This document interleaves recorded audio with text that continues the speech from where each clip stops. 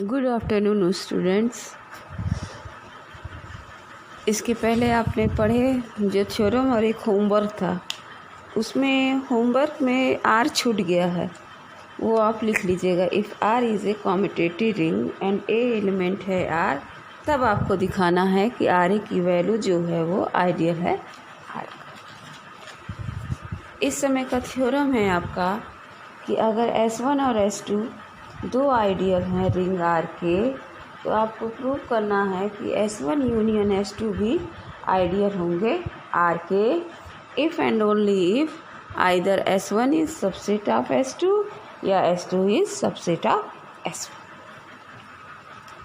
अगर प्रूफ लेके चलिए कि अगर S1 और S2 आइडियल हैं आर के, और सपोज कर लीजिए या तो ये होल्ड हो रहा है या तो ये होल्ड हो रहा है। If S1 is subset of S2, then अगर S1 S2 का सबसेट है तो S1 यूनियन S2। यूनियन का मतलब कि टोटल वैल्यू अगर दोनों एक दूसरे के सबसेट हैं तो S2 के बराबर हो जाएगा, और S2 इज़ आइडियल होता है, इसका मतलब S1 यूनियन S2 भी आइडियल होगा। इसी तरह से आप लेके चल सकते हैं S2 is subset of S1, तो फिर आप लिख सकते हैं इसकी वैल्यू S1 है, S1 भी आइडियल है, तो आप दोनों का यूनियन भी दिखा सकते हैं कि ideal. Converse part, suppose S1 union S2 is ideal of R, and let if possible neither S1 is subset of S2 nor S2 is subset of S1. Then there exists an element A in S1 but not in S2. कहने का मतलब कि या तो ये नहीं हो रहा है या तो ये नहीं हो रहा है। अगर ये नहीं हो रहा है तो आप कह सकते हैं कि A in S1 but not in S2, यानी अगर A S1 का एलिमेंट है तो S2 का नहीं होगा, और B अगर S2 का एलिमेंट है तो वो S1 का एलिमेंट नहीं होगा। देयरफॉर A B अलग अलग अगर हम ले रहे हैं तो वो दोनों को मिला देंगे तो S1 यूनियन S2 का एलिमेंट होगा।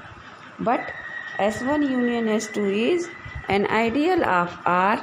अगर वो आइडियल है तो आइडियल का कंडीशन होल्ड होगा, A माइनस B एलिमेंट हो जाएगा S1 इंटरसेक्शन S2 के। दिस इम्प्लाई या तो A माइनस B S1 का होगा या तो A माइनस B S2 का होगा। अगर A माइनस B S1 का है तो A एलिमेंट होगा S1 का, देन B बराबर हो जाएगा A माइनस B एलिमेंट।